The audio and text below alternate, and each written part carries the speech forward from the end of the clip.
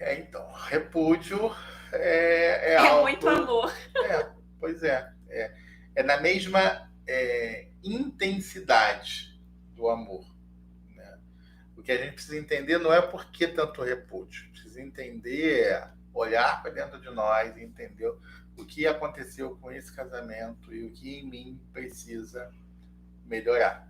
Porque se você perguntar lá para ele, ele vai ter todos os motivos para repudiar na cabeça dele. E aí aqui no nosso papel não é encontrar motivos e justificativos. O que a gente precisa entender é por que eu estou passando por isso? Por que eu estou vivendo esta situação? Essa é a pergunta. E aí a resposta pode te surpreender, Shirley. Essa é uma situação muito comum, tá?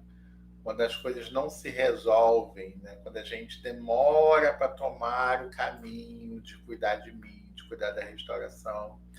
Na verdade, esse laço que Satanás cria, ele vai ficando cada vez mais confuso, mais tumultuado. Quanto mais tempo esse homem ou essa mulher que está no pecado passa longe de Deus, mais característica do pecado ele vai tendo, mais difícil é encontrar o caminho. Não é impossível, mas mais tempo, mais sujo, vamos dizer assim, ele vai ficando nessa lama. Porque um abismo chama outro abismo. Aí tem que ter o cuidado para saber se é o descanso ou se eu quero a restauração pelo motivo errado. Porque os exemplos que eu estava dando, se eu queria restauração porque eu dependia dele financeiramente, e aí eu tô passando o maior sufoco financeiro, e isso não é justo, e ele tem que voltar para casa, porque nós construímos alguma coisa juntos, e isso não é justo. Em algum momento eu vou ficar bem financeiramente. Porque eu não tô lá fora fazendo um monte de coisa errada, então eu vou ficar bem financeiramente. Ou ainda que eu não fique bem como o mundo entende, né? Mas eu não tenho mais necessidade Exatamente. desse ganho financeiro. Esse é só um exemplo, né? Aí eu não quero mais a restauração. Não faz mais sentido, porque a motivação de eu querer a restauração era uma motivação circunstancial. Assim como eu vivo com meu marido há 30 anos, há 50 anos, eu não sei o que é viver sem esse homem. E aí, com o passar do tempo, eu aprendo a viver sem esse homem. Se eu aprendi a viver sem esse homem, para que eu quero ele de volta, gente? Não precisa. Não quero mais. E aí eu não quero mais a restauração. Então é esse o cuidado que a gente tem que ter, né? A gente está descansando no Senhor, na promessa, a gente está seguindo em direção ao alvo, ou a gente se acomodou na situação e, na verdade, a gente percebe às vezes que a situação fica até melhor, gente. Aqui não cabe hipocrisia. Aqui vocês sabem que a gente fala tudo muito claramente.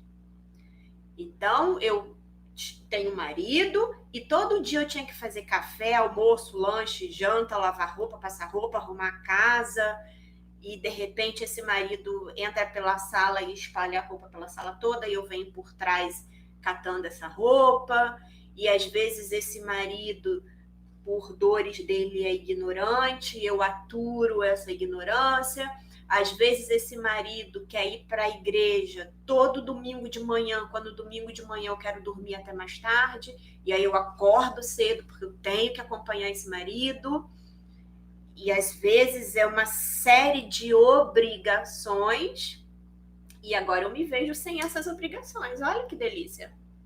Agora, de repente, eu me vejo com mais tempo para mim. Agora eu me vejo fazendo somente o que eu quero, sem dar satisfação para ninguém. Olha que maravilha. Eu já não lavo mais roupa todo dia, eu já não passo mais roupa todo dia, eu já nem arrumo a casa todo dia porque não precisa. Que a casa fica arrumadinha. Eu vou para a igreja ou eu vou para o compromisso, para o lugar que eu quero, a hora que eu quero. Se eu não quiser ir, eu não vou. Eu não tenho que acompanhar, eu não sou obrigada a acompanhar. Olha que maravilha. Então é esse cuidado, né?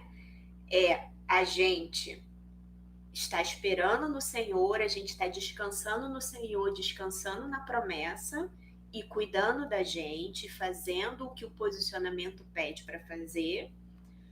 Ou a gente entrou numa zona de conforto, a gente descobriu os benefícios e a gente está muito bem nesses benefícios. Muitas pessoas confundem esses benefícios. E esses benefícios também são temporários, também são circunstâncias. Isso aí. Isso. E esse tudo novo precisa ser construído. Precisa ser plantado. Não adianta só desejar. Não adianta só dizer para Deus, Deus, eu quero tudo novo. Porque o novo depende de lá e depende daqui. Primeiro a se transformar em algo novo precisa ser eu. Se eu quero algo novo, começo por mim a mudança. A mudança começa em mim. E aí sim, tudo será novo. Basta que eu mude que tudo será novo. É normal se a gente analisar a questão humana da dor. Sim, é normal. O tempo vai passando, as coisas não vão acontecendo, a dor aumenta, a tristeza aumenta. Eu vou enfraquecendo. Não é nem que eu desisto, eu perco as forças. E aí começo simplesmente a não lutar mais por isso. E aí é o que a Alessandra está falando aqui desde o início. Preciso olhar e saber por que eu não estou lutando mais pela restauração. Porque eu me acomodei, porque está confortável, porque é melhor assim mesmo, porque eu já desisti. Se esses são os motivos, você precisa achar força para voltar a orar por isso. Agora, se o motivo for, eu entreguei ao Senhor e estou aqui aguardando, ok, tá tudo bem. Só precisa entender qual é a motivação. Agora, só fazendo uma observação, né? Quando eu entrego ao Senhor e estou aguardando, eu oro por esse homem, assim como eu oro pelo meu vizinho, como eu oro pelo irmão da igreja que pediu oração, como eu oro pela pessoa que eu sei que está necessitada. Então, eu não oro pela restauração do casamento, mas eu oro por essa alma. Ou eu não oro por ninguém. Isso aí tá tudo bem. Não oro por ninguém, não oro por ele também. Entendeu? E aí não pode hipocrisia, né? Eu oro pela libertação do meu marido, para ele se converter, mas só por ele? É hipocrisia. Na verdade, você está orando pela restauração só porque ele é seu marido, só porque você o ama. E porque você quer que ele se liberte para voltar para você. Isso é uma oração condicional. Todo cristão ele deve orar. O cristão ele tem que ter uma vida de oração. Ele tem que orar. Ele tem que orar pelo quê? Ele tem que orar pelos perdidos. Por todos os perdidos. E eu não conheço todos os perdidos que chegarem ao teu conhecimento. Esse será o motivo da sua oração. E seu marido agora está perdido, ele entra nas orações também, como eu já oro por todo mundo. É esse o ponto. Pelo menos deveria ser, né? Você está falando de... Eu estou lembrando aqui que por algum tempo eu peguei uma lista de casais. Quando eu descobri, né, esse universo, né, de deserto, de restauração, que eu de fato não tinha conhecimento. Então eu peguei uma lista de pessoas que chegavam até mim. E aí eu passei um período de atendimento com algumas dessas pessoas e orando diariamente pela restauração desses casamentos, que eram todos muito demoníaca a situação. E aí eu passei um período orando pela aqueles casais, pelas famílias, pelas casas, pelos casamentos. E aí o Senhor ia me dizendo algumas coisas em relação àquelas restaurações. Algumas, o Senhor me disse que ia demorar.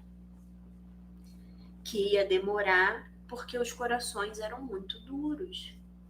E que não tinha nada a ver com a minha intercessão, com a minha oração, mas que ia demorar. ainda assim, eu continuava ali fazendo o meu plano de oração. Uma amiga minha chegou no meu apartamento, eu estava finalizando ali o período de oração, e essa amiga chegou, ajoelhou do meu lado e começou a interceder junto comigo. Ela pegou a lista e ela começou a citar os nomes, né? Casal fulano e ciclano, casal fulano e ciclano. E aí eu percebi que teve uma hora que ela engasgou, finalizamos. Ao finalizar, ela falou assim, Alessandra, você tá ficando maluca? Eu falei, como assim eu tô ficando maluca? Eu tô aqui orando, por que eu tô ficando maluca? Não tem você e o Ivan nessa lista. Não tem seu casamento nessa lista. Você tá orando pela restauração das pessoas e você não tá orando pela restauração do seu casamento. Você tá maluca? Não é isso que você prega, não é isso que você ensina. Eu falei, não, amiga, você não tá entendendo. A restauração do meu casamento já está decidida, já está na mão do Senhor, tá tudo bem. Eu não tenho com o que me preocupar. Agora sim, o meu coração está chorando por essas casas aqui, por essas situações. O meu coração não está chorando pela restauração do meu casamento. Porque está totalmente entregue ao Senhor, estou descansando no Senhor, o Senhor já me deu a presciência do que vai acontecer aqui, está tudo bem. Agora, essas outras aqui, não. E aí ela entendeu e ela começou a replicar isso nas igrejas que ela estava passando. E ela falou assim, gente, ela está orando pelas outras famílias. Ela não está preocupada com a família dela, porque a família dela, ela já descansou no Senhor. E você? Você está orando só pela sua família? Ou você está orando pelas outras famílias? Você está preocupada só com o seu problema? Ou você está preocupada com o problema dos outros? E essa amiga, ela fazia parte de muitos grupos de restauração. E aí começou a chover mensagem no meu WhatsApp, as pessoas dizendo, Alessandra, passei a noite toda pedindo perdão ao Senhor, porque eu nunca orei pela restauração do casamento de ninguém. Eu estou em vários grupos de restauração.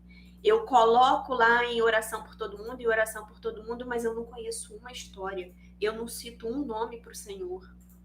Eu não conheço uma situação daquelas pessoas ali. E aí eu passei a noite pedindo perdão ao Senhor. E a partir de agora, eu vou orar pelas outras famílias, pelas outras situações. Eu vou ter empatia.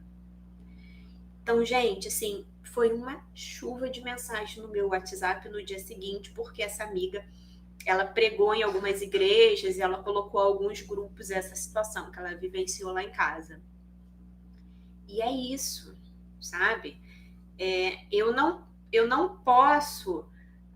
eu descansei, eu não oro mais pela restauração do meu casamento. Mas você ora pela restauração das outras pessoas? Dos outros casamentos, da situação que você sabe, porque esse é meu papel como cristã.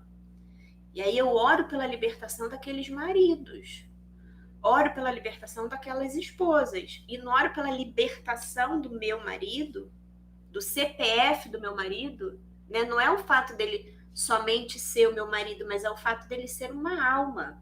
É o fato dele ser uma casa, é o fato dele ser uma família, independente de ser uma família comigo ou com outra, mas ser uma família como projeto do Senhor. E ele não vai ser com outra porque não é projeto do Senhor.